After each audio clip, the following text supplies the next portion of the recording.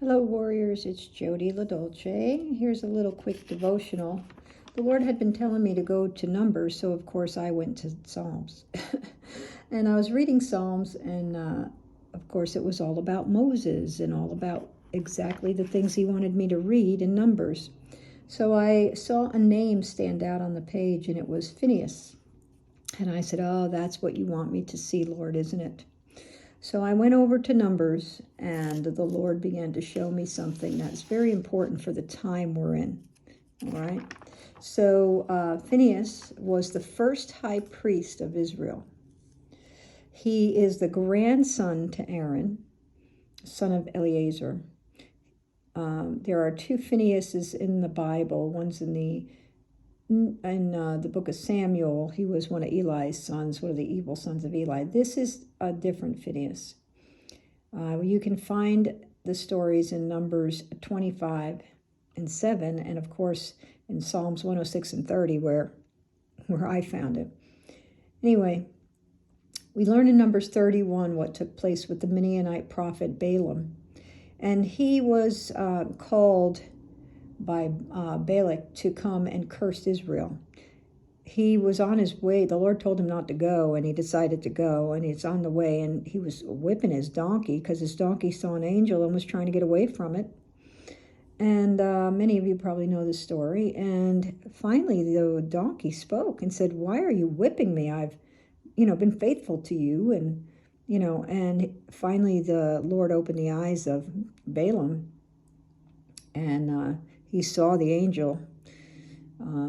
And he was told that he shouldn't be doing what he was doing, but he went, and the head of the Midianites saw that Israel was coming, and there was a million Israelites. It wasn't just a little group of people traveling in the desert. These were big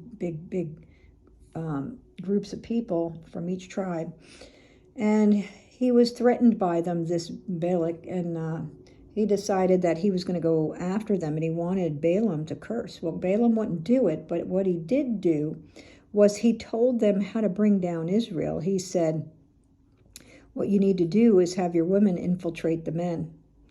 And that's always been a joke amongst much of us women. Men are just too easy, easy to get them because you can honeypot them anytime, and that's basically what Balaam told the Midianites to do, honeypot Israel, and then when they're weakened, go in. Now, one thing about the Midianites, they were from Abraham, from different children with other wives, but they were also mixed with the Nephilim. So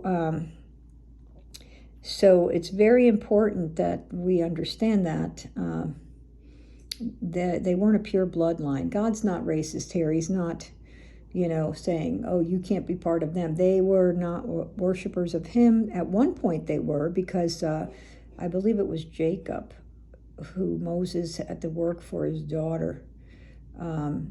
He was a Midianite. No, Jethro, I'm sorry. Anyway, regardless, this was something that needed to be addressed. So God told them no. He didn't want the bloodline of his people mixed in with this, sinning, non-God-believing bloodline who also had Nephilim, all right, were Nephilim. So Phinehas,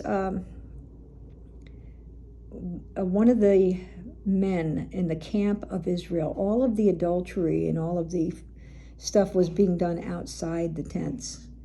And one of them got bold enough and brought in a Midianite woman inside the tent and went into his tent with her near the tabernacle. And Phinehas rose up in his righteousness, and he went and took a javelin and killed both of them.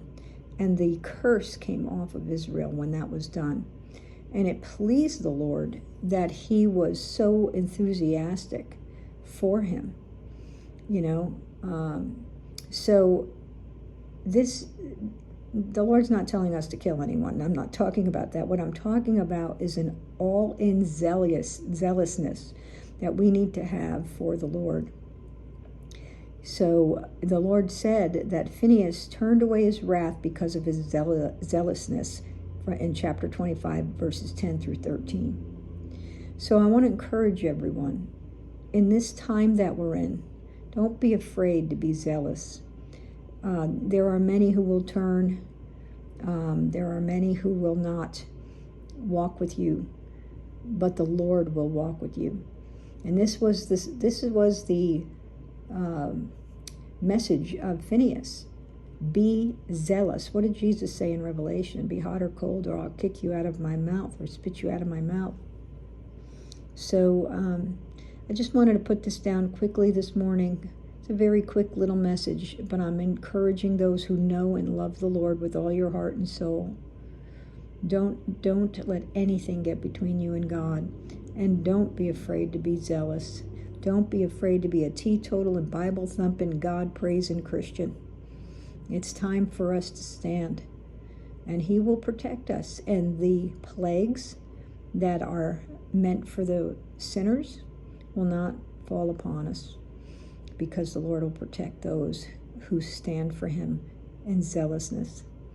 All right, that's just a little message I wanted to share today. I love you all. God bless you, and I'll talk to you soon. Bye.